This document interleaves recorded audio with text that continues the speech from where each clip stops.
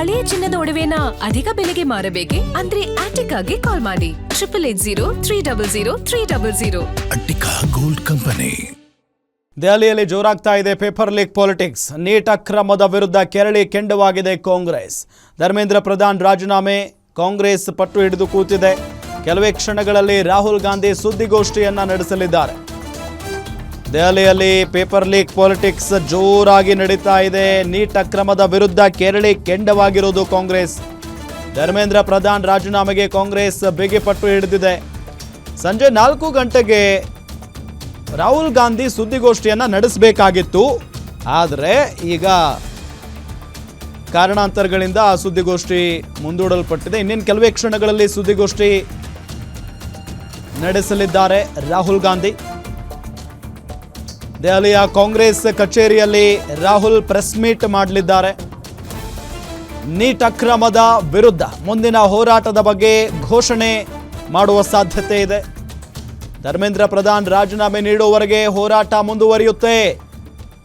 ಹೋರಾಟ ಮುಂದುವರಿಸುವುದಕ್ಕೆ ಕಾಂಗ್ರೆಸ್ ನಾಯಕರು ನಿರ್ಧಾರವನ್ನ ಮಾಡಿದ್ದಾರೆ ಅನ್ನೋದು ಗೊತ್ತಾಗ್ತಾ ಇದೆ. ಬಟ್ ಈಗ ಈ ಹೋರಾಟ ಇದಕ್ಕೆಲ್ಲ ಬಿಜೆಪಿ ಸರ್ಕಾರ ಬಗ್ಗುತ್ತಾ?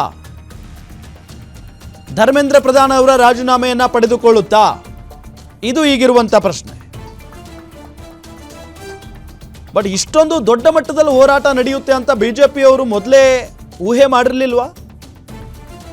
ಗೊತ್ತಿಲ್ಲ. ಬಟ್ ಯಾವಾಗ ಕಾಕ್ರೋಚ್ ಜನತಾ ಪಾರ್ಟಿಯವರು ಬೀದಿಗಿಳಿದ್ರು, ಜಂತರ್ ಮಂತರ್ನಲ್ಲಿ ಹೋರಾಟಕ್ಕೆ ಮುಂದಾದ್ರು, ಆಗಲೇ ಏನಾದರೂ ಸರ್ಕಾರ ಎಚ್ಚೆತ್ತುಕೊಂಡು ಮಾತುಕತೆಗೆ ಮುಂದಾಗ್ಬಿಟ್ಟಿದ್ರೆ ಮೇ ಬಿ ಇಷ್ಟೆಲ್ಲ ಆಗ್ತಾ ಇರಲಿಲ್ಲ ಅಂತ ಕಾಣಿಸುತ್ತೆ.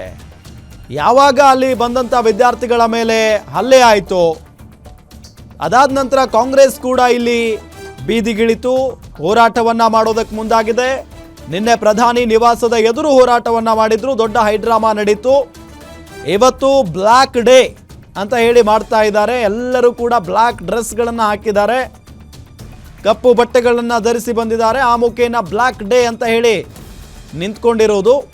ಧರ್ಮೇಂದ್ರ ಪ್ರಧಾನ್ ರಾಜೀನಾಮೆ ಕೊಡಲೇಬೇಕು ಅಂತ ಹೇಳಿ ಕಾಂಗ್ರೆಸ್ ಈಗ ಬಿಗಿಪಟ್ಟು ಹಿಡಿತಾ ಇದೆ. ಸೊ ಆ ನಿಟ್ಟಿನಲ್ಲಿ ರಾಹುಲ್ ಗಾಂಧಿಯವರು ಪ್ರೆಸ್ ಮೀಟ್ ಮಾಡಲಿದ್ದಾರೆ. ಇದೇ ವಿಚಾರಕ್ಕೆ ಸಂಬಂಧಪಟ್ಟಂತೆ ಪ್ರೆಸ್ ಮೀಟ್ ಮಾಡಿ ಅದಾದ ನಂತರ ಒಂದು ನಿರ್ಧಾರಕ್ಕೆ ಬರ್ತಾರೆ. ಅಂದರೆ ಈ ಒಂದು ಹೋರಾಟ ಎಲ್ಲಿವರೆಗೂ ಆಗುತ್ತೆ ಅನ್ನೋದ್ರ ಬಗ್ಗೆ ಅವರು ಸ್ಪಷ್ಟನೆಯನ್ನು ನೀಡಲಿದ್ದಾರೆ.